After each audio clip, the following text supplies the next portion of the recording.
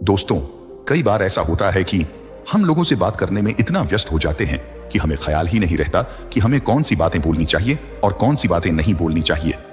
ऐसे में हम उन्हें वो सब बातें भी बताने लग जाते हैं जो हमें नहीं बताना चाहिए, और इस गलती की वजह से बाद में हमें भारी नुकसान उठाना पड़ता है और हमारे पास पछतावे के अलावा कुछ शेष नहीं रह जाता। आचार्य चाणक्य का कहना है कि व्यक्ति को अपने जीवन से जुड़ी कुछ निजी बातें दूसरे व्यक्ति के साथ कभी भी साझा नहीं करनी चाहिए, चाहे वो कितना भी करीबी क्यों ना हो। ऐसा करने से आप खुद के लिए मुसीबत पैदा कर सकते हैं।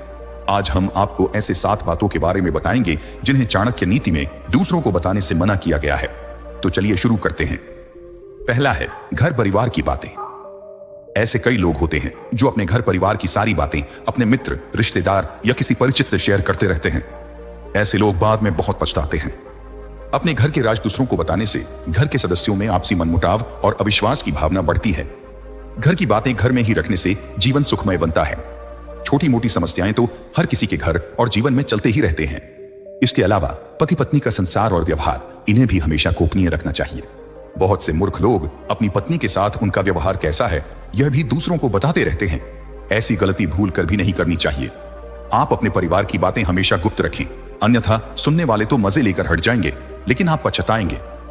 दूसरों की सहानुभूति हासिल करने के लिए आप कुछ समय के लिए जरूर राहत महसूस कर सकते हैं, लेकिन इससे आपकी कमजोरी ही प्रदर्शित होती है। इसीलिए अपने घर की बातें और लड़ाई झगड़े कभी किसी को न बताएं। दूसरा है अपनी आमदनी की बात। लोग जानना चाहते हैं कि आप कितना कमाते हैं।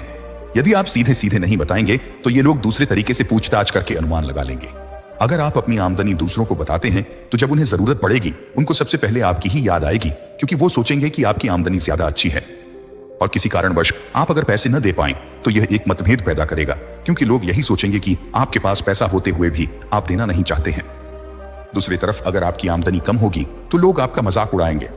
हालांकि आप अपने धन को जितना हो सके गोपनीय रखेंगे तो आपके लिए ही अच्छा होगा। इसीलिए नहीं कि लोग आपसे कर्ज मांग लेंगे और फिर लौटाएंगे नहीं, बल्कि इसके और भी कई कारण हैं। धन को अपने परिचित या रिश्तेदारों से गोपनीय ही रखने की सलाह दी जाती रही है, लेकिन एक बात का ध्यान रखें, अगर आप इसे अपनी पत्नी से गोपनीय रखेंगे तो आपके लिए वही धन दुखदायक साबित होगा। इसीलिए आप इस बारे में अच्छे से सोच विचार कर लें। अपनी पत्नी से कभी कुछ भी छुपाना नहीं चाहिए। तीसरा है अपनी अतीत की गलती और भविष्य की रणनीति की बात। अतीत में की हुई गलतियों के बारे में दूसरे को कभी न बताएं, क्योंकि आपको भी पता है कि उन गलतियों को दूर नहीं किया जा सकता और उनके बारे में दूसरों को बताने का भी कोई मतलब नहीं है। पर अगर आप अपने अंधेरे पक्ष को दुनिया के सामने रखेंगे तो इससे किसी भी व्यक्ति के अंदर आपके प्रति एक नकारात्मक सोच बनी रहेगी और वो हमेशा आपको इसी नजरिए से ही देखेगा। और हो सकता है कि वो दूसरों को भी इस बारे में बोले, जिससे समाज में आपकी ही छवि खराब होगी।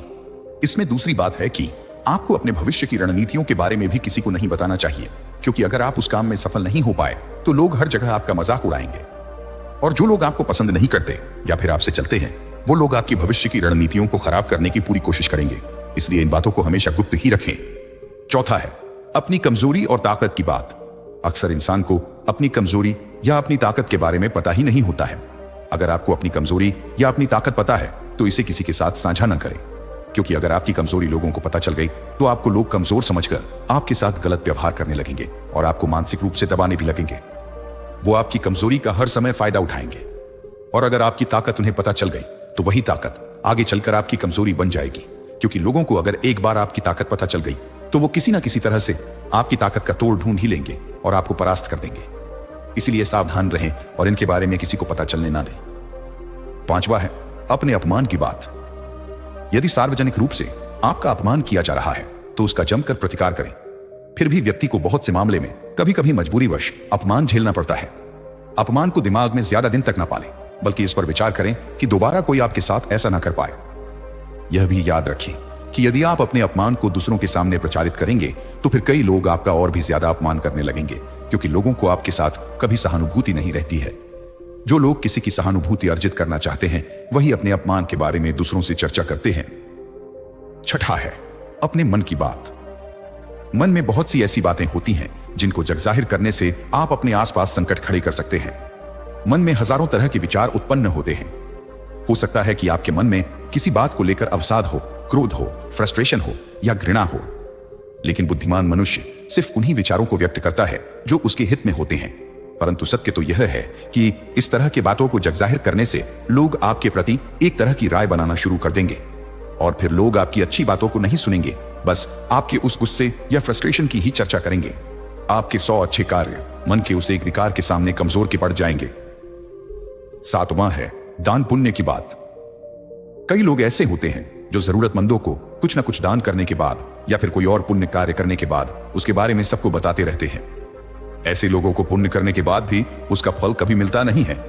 आपने जो भी दान दिया है या कोई और पुण्य का काम किया है, अगर आप उसे गुप्त रखेंगे तो ही उसका पूरा लाभ आपको मिल सकता है। गोपनीय दान देवताओं की नजर में रहता है और जिस दान का बखान किया जाता है उसका फल निष्फल हो जाता है। यदि आप मंदिर में दान दें या किसी गरीब को भोजन कराएं या किसी भी प्रकार का पुण्य कार्य करें, उसके बारे में कभी अपने मुंह से बखान न करें। यदि आपने इसे किसी के समक्ष जाहिर कर दिया तो समझें वह खारिज हो जाएगा। इसके अलावा आचार्य चाणक्य ने चेतावनी देते हुए यह भी कहा है कि हमें गलती से भी अपने दुखों के बारे में या किसी गुप्त राज के बारे में दूसरों को बताना नहीं चाहिए। ऐसा करना आपके लिए बहुत घातक साबित हो सकता है, क्योंकि विपरीत परिस्थितियों पर या दोस्ती टूटने पर आपकी सारी राज की बातें सार्वजनिक हो सकती हैं और लोगों के बीच आप मजाक के पात्र बन सकते हैं। इस दुख से आप अत्यधिक दुखी होंगे, इसलिए इन बातों को भूलकर भी जग जाहिर ना करें। तो दोस्तों, यह थे वो 7 बातें जो आचार्य चाणक्य के मुताबिक हमें हमेशा गुप्त रखना चाहिए।